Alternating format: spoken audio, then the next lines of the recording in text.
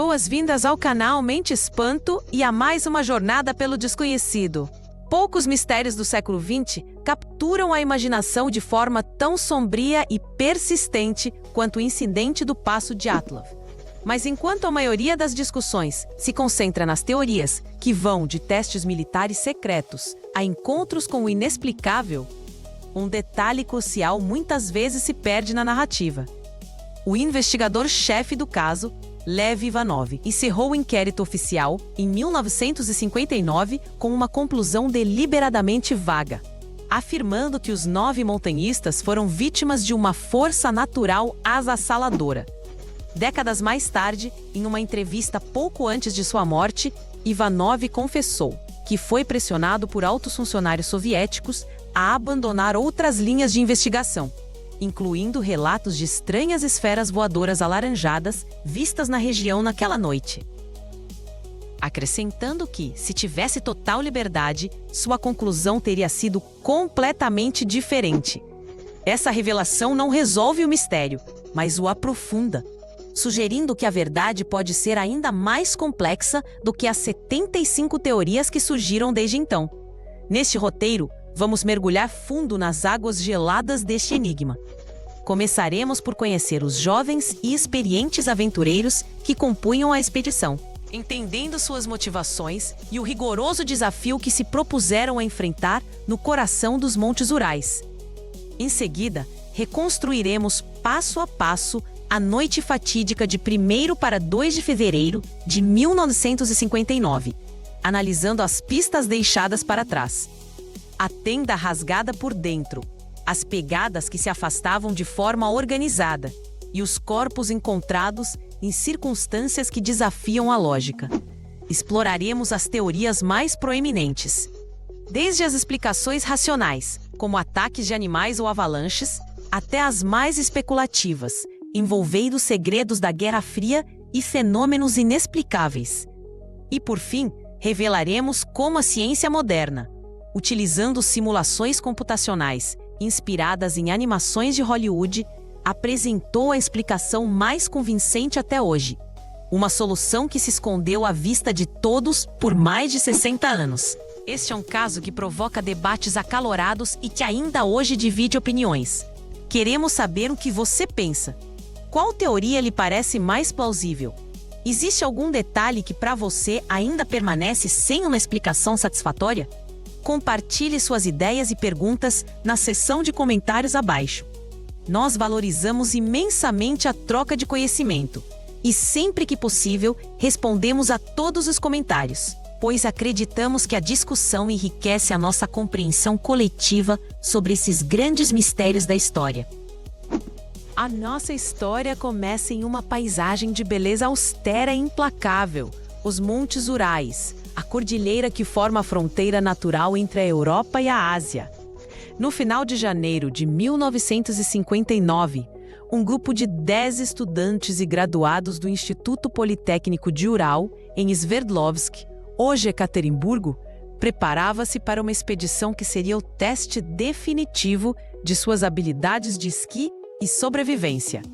O objetivo era ambicioso: percorrer 350 quilômetros de terreno montanhoso e inóspito no inverno, culminando com a escalada do Monte Otorten. Se bem-sucedidos, eles alcançariam a certificação de grau 3, a mais alta honraria para expedições de inverno na União Soviética.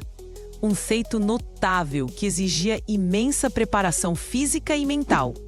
O líder do grupo era Igor Dyatlov, um estudante de engenharia de rádio de 23 anos, já respeitado por sua experiência e meticulosidade no planejamento de expedições. O grupo era um retrato da juventude soviética da época. Inteligentes, atléticos e cheios de um espírito de camaradagem e aventura. O grupo era composto por 8 homens e 2 mulheres. Além de Dyatlov, estavam Zinaida Kolmogorova, uma engenheira de rádio de 22 anos, conhecida por sua energia contagiante. Lyudmila Dubinina, uma estudante de economia de 20 anos, descrita como corajosa e determinada.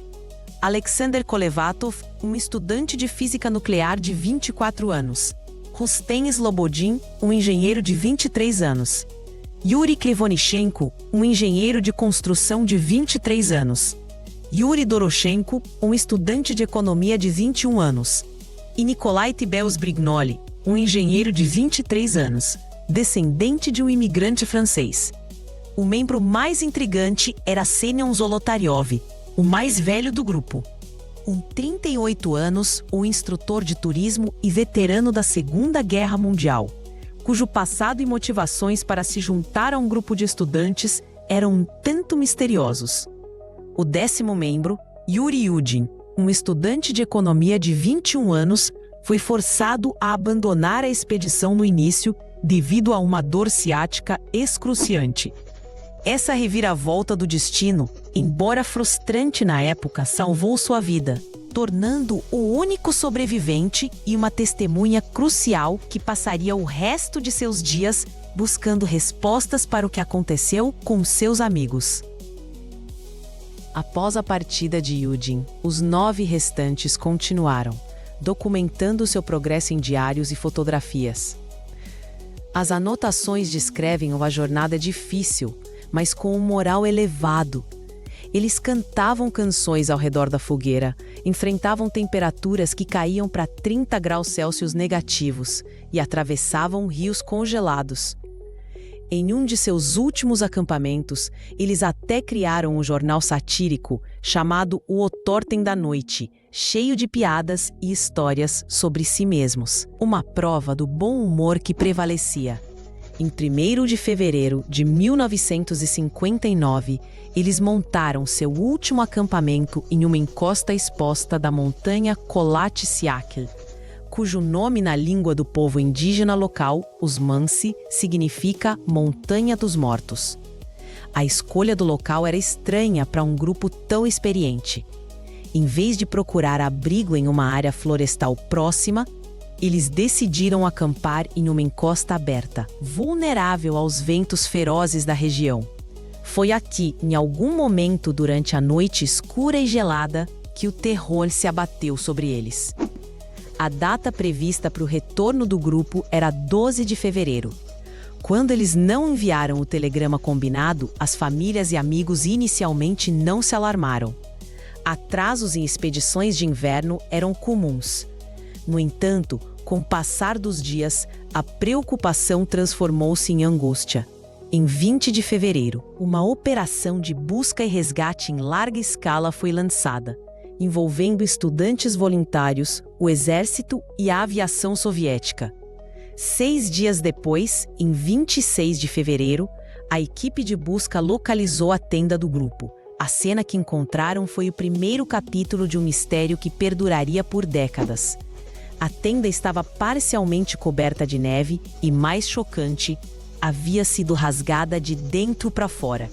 Dentro, todos os pertences do grupo, incluindo sapatos, casacos quentes, comida e equipamentos, estavam organizados e intactos, sugerindo que o que quer que os tenha feito fugir foi súbito e aterrorizante, forçando-os a cortar o caminho para fora em vez de usar a saída normal. Do lado de fora da tenda, os investigadores encontraram uma série de pegadas na neve. Eram de 8 ou 9 pessoas, e o mais desconcertante era que muitas delas foram feitas por pés descalços, apenas com meias ou uma única bota. As pegadas desciam a encosta em direção a uma floresta próxima, a cerca de 1,5 km de distância. Curiosamente, o padrão das pegadas não indicava uma fuga em pânico desordenado. Pelo contrário, elas sugeriam que o grupo desceu a encosta de forma calma e organizada, lado a lado. Após cerca de 500 metros, as pegadas desapareceram, cobertas pela neve que caíra desde então. A pergunta que pairava no ar era ensurdecedora. Se a ameaça poderia ser tão iminente a ponto de forçar 9 experientes montanhistas a abandonar a segurança de sua tenda para enfrentar uma noite ártica com temperaturas de 30 graus negativos, sem roupas e calçados adequados. Os primeiros corpos foram encontrados no dia seguinte, 27 de fevereiro, sob um grande e antigo pinheiro siberiano, perto dos restos de uma fogueira. Eram Yuri Doroshenko e Yuri Krivonichenko. Ambos estavam despidos, vestindo apenas roupas íntimas. Suas mãos estavam esfoladas, e os galhos do pinheiro acima deles estavam quebrados até uma altura de 5 metros, indicando que um deles, ou ambos, tentaram desesperadamente subir na árvore. Talvez para procurar o acampamento, escapar de uma ameaça no chão ou simplesmente para obter lenha. A causa da morte foi determinada como hipotermia. A nudez parcial, embora bizarra, pode ser explicada por um fenômeno conhecido como desnudamento paradoxal, um comportamento documentado em vítimas de hipotermia severa, onde a confusão e uma súbita sensação de calor levam a pessoa a tirar suas roupas. Nos dias seguintes, mais 3 corpos foram descobertos entre o pinheiro e a localização da tenda. Eram os de Igor Dyatlov, Zinaida Kolmogorova e Rustem Slobodin. Suas posições sugeriam que eles estavam tentando retornar ao acampamento. Dyatlov foi encontrado deitado de costas, com um galho na mão e o rosto voltado para a tenda. Kolmogorova foi encontrada mais acima na encosta, e seu corpo mostrava sinais de uma luta desesperada contra o frio. Slobodin foi encontrado com uma pequena fratura no crânio, uma lesão que, embora significativa, não foi considerada fatal por si só. A causa da morte para os 3 também foi a hipotermia. Até aquele momento, a tragédia, embora terrível, parecia ser o resultado de um acidente infeliz. Talvez uma desorientação que levou o grupo a se perder de sua tenda e sucumbir ao frio extremo. No entanto, o verdadeiro horror do incidente do Passo Dyatlov ainda estava para ser revelado. A busca pelos 4 montanhistas restantes continuou por mais de 2 meses. Somente em 4 de maio, após o degelo da primavera ter reduzido a espessa camada de neve, seus corpos foram finalmente encontrados. Eles estavam em uma ravina, a cerca de 75 metros do pinheiro, sob 4 metros de neve. E foi aqui que o mistério assumiu uma dimensão muito mais sinistra. Os corpos de Lyudmila Dubinina, Semyon Zolotaryov, Alexander Kolevatov e Nikolai Tibel-Brignoli apresentavam ferimentos internos catastróficos, completamente diferentes dos outros 5. Tibel-Brignoli sofreu uma fratura craniana maciça. Dubinina e Zolotaryov tiveram múltiplas costelas fraturadas, com nível de dano que o médico legista Boris Vozrozdeny comparou à força de um impacto de carro em alta velocidade. Crucialmente, esses ferimentos não apresentavam danos externos correspondentes, como hematomas ou lacerações, sugerindo que foram causados por uma imensa pressão e não por um golpe direto. Para adicionar ainda mais estranheza à cena, o corpo de Lyudmila Dubinina estava sem a língua, os olhos e parte dos tecidos do rosto. Alexander Kolevatov também tinha os olhos ausentes. Embora isso tenha alimentado as teorias mais macabras, os investigadores posteriormente concluíram que a ausência desses tecidos moles era provavelmente o resultado da putrefação natural e da ação de pequenos animais necrófagos, já que os corpos estavam em um riacho corrente sob a neve. Outro detalhe intrigante foi que algumas das roupas usadas por este grupo final continham níveis de radiação beta significativamente mais altos que o normal. A investigação oficial foi encerrada abruptamente em maio de 1959, com a conclusão de que os caminhantes morreram como resultado de uma força natural desconhecida e avassaladora. Os arquivos foram selados e classificados como secretos, e o acesso à área foi proibido por 3 anos, lançando um véu de sigilo que só serviria para alimentar décadas de especulação. As teorias para explicar o que aconteceu naquela noite são vastas e variadas, compondo um mosaico de possibilidades que vão do plausível ao fantástico. Uma das primeiras suspeitas recaiu sobre o povo Mansi. Talvez os estudantes tivessem profanado um local sagrado. provocando uma retaliação violenta.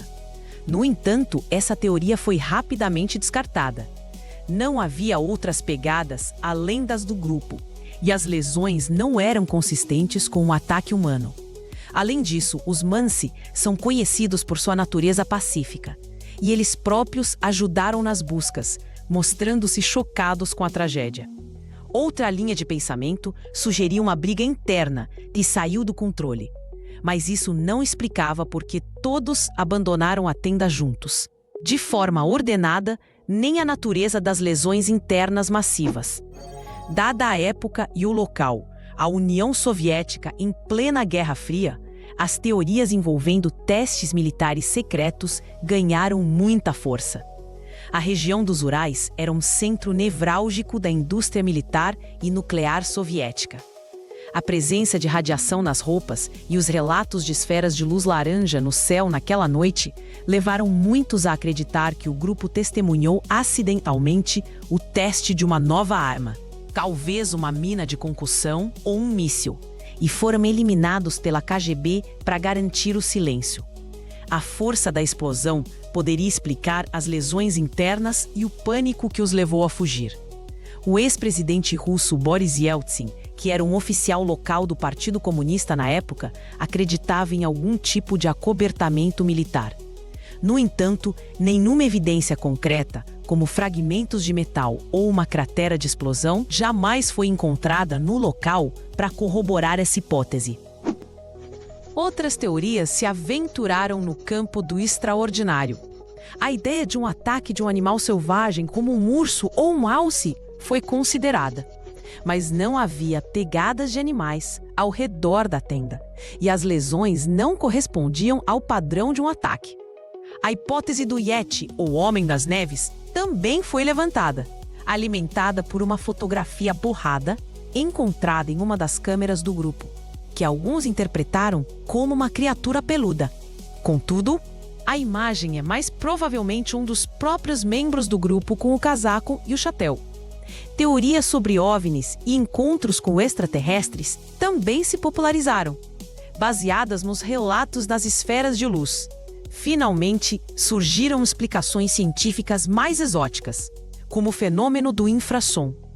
A teoria sugere que o vento soprando ao redor da montanha poderia ter criado um vórtice de Kármán, gerando um som de frequência ultra baixa capaz de induzir pânico, náusea e um medo irracional nos caminhantes, fazendo-os fugir sem motivo aparente. Embora cientificamente possível, é uma explicação altamente especulativa e não explica as lesões fatais. Por décadas, o mistério permaneceu sem solução, um enigma congelado no tempo. A explicação mais simples, uma avalanche, foi uma das primeiras a ser considerada e descartada pelos investigadores originais. Havia 3 razões principais para isso. Primeiro, não havia sinais óbvios de uma avalanche no local quando as equipes de resgate chegaram. Segundo, a inclinação da encosta onde a tenda estava montada era de cerca de 23 graus, considerada muito rasa para o início de uma avalanche típica, que geralmente requer uma inclinação de pelo menos 30 graus. E terceiro, o grupo era composto por esquiadores experientes, que provavelmente não teriam acampado em um local propenso a avalanches. Por mais de 60 anos, essa crença prevaleceu, e a teoria da avalanche foi relegada a uma nota de rodapé na história do caso. Foi somente em 2019, quando a promotoria russa reabriu o caso, que a teoria da avalanche foi revisitada. E em 2021, uma equipe de cientistas suíços, liderada por Johann Gaume e Alexander Puzrin, da Escola Politécnica Federal de Lausanne, publicou um estudo inovador na revista científica Communications, Earth and Environment, parte do grupo Nature. Eles usaram modelos de simulação de neve de última geração, combinados com dados topográficos e relatórios meteorológicos da época, para testar a plausibilidade de um tipo específico e raro de avalanche, a avalanche de placa atrasada. O que eles descobriram forneceu a estrutura mais completa e cientificamente robusta para explicar a sequência de eventos daquela noite trágica. A pesquisa revelou vários fatores cruciais que os investigadores originais não poderiam saber. Primeiro, os ventos catabáticos, rajadas de ar frio e denso que descem pelas encostas das montanhas à noite, provavelmente acumularam uma grande quantidade de neve na área acima da tenda, criando uma camada instável. Segundo, para se protegerem do vento, os montanhistas cavaram uma plataforma na neve para montar a tenda, cortando a camada de neve e criando um ponto fraco, uma fratura artificial. O modelo dos cientistas mostrou que, mesmo em uma inclinação relativamente baixa, a combinação do peso da neve acumulada e do corte feito pelo grupo poderia ter sido suficiente para desencadear o deslizamento de uma placa de neve.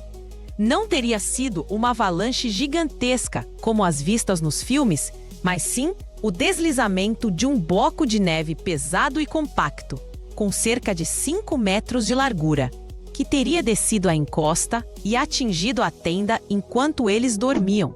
Essa avalanche de placa explica perfeitamente as evidências mais desconcertantes. O impacto do bloco de neve pesada sobre os corpos dos caminhantes deitados explicaria as fraturas graves no crânio e no peito, sem causar danos externos significativos, exatamente o tipo de lesão por compressão que o legista descreveu. Os caminhantes que estavam nas bordas da tenda podem ter escapado com ferimentos leves ou ilesos, enquanto os que estavam no centro teriam recebido o impacto total. Presos sob o peso da neve e do tecido da tenda, em pânico e na escuridão total, cortar o caminho para fora seria a única opção. Isso explica por que a tenda foi rasgada por dentro. Uma vez do lado de fora, enfrentando o frio cortante, com alguns membros do grupo gravemente feridos e em estado de choque, a prioridade teria sido se afastar da encosta perigosa e procurar abrigo na floresta próxima. A decisão de descer de forma organizada e não em pânico faz sentido nesse contexto. Eles estavam tentando ajudar os feridos e se reagrupar. A partir daí, a tragédia se desenrola como uma cascata de eventos inevitáveis. No frio extremo, a hipotermia se instala rapidamente. O grupo conseguiu chegar à linha das árvores e iniciar uma fogueira. Mas seus esforços foram insuficientes. Os que morreram primeiro sucumbiram ao frio. Os outros, talvez em uma tentativa desesperada de se manterem aquecidos, podem ter retirado as roupas dos companheiros já falecidos, o que explicaria por que os últimos corpos encontrados na ravina estavam mais bem vestidos. A tentativa de Dyatlov, Kolmogorova e Slobodin de retornar à tenda foi um último esforço heróico e fútil para recuperar equipamentos vitais. As lesões de Slobodin podem ter sido causadas pela avalanche inicial ou por uma queda no escuro durante a tentativa de retorno. A ausência de sinais óbvios de avalanche quando os socorristas chegaram, semanas depois, é explicada pelo fato de que a pequena placa de neve teria sido rapidamente coberta por nevascas subsequentes, apagando todos os vestígios. A pesquisa suíça, que curiosamente foi inspirada em parte pelas simulações de animação de neve do filme Frozen da Disney, oferece uma explicação lógica e coesa para a sequência de eventos, unindo as pontas soltas que atormentaram os pesquisadores por décadas. Embora não consiga responder a todas as perguntas menores, como a origem exata da radioatividade, que poderia ser devido ao trabalho de alguns dos estudantes em instalações nucleares, ela fornece um mecanismo de causa e efeito para os eventos centrais da tragédia. A história do Passo Dyatlov é um lembrete contundente de que a natureza, em sua beleza selvagem, possui uma força que pode ser ao mesmo tempo sutil e avassaladora. O mistério que cativou o mundo por mais de 60 anos pode não ter sido o resultado de uma conspiração sinistra ou de um encontro sobrenatural, mas sim de uma tempestade perfeita de condições naturais e um terrível golpe de azar. A verdade, ao que parece, é muitas vezes menos sensacional, mas não menos trágica.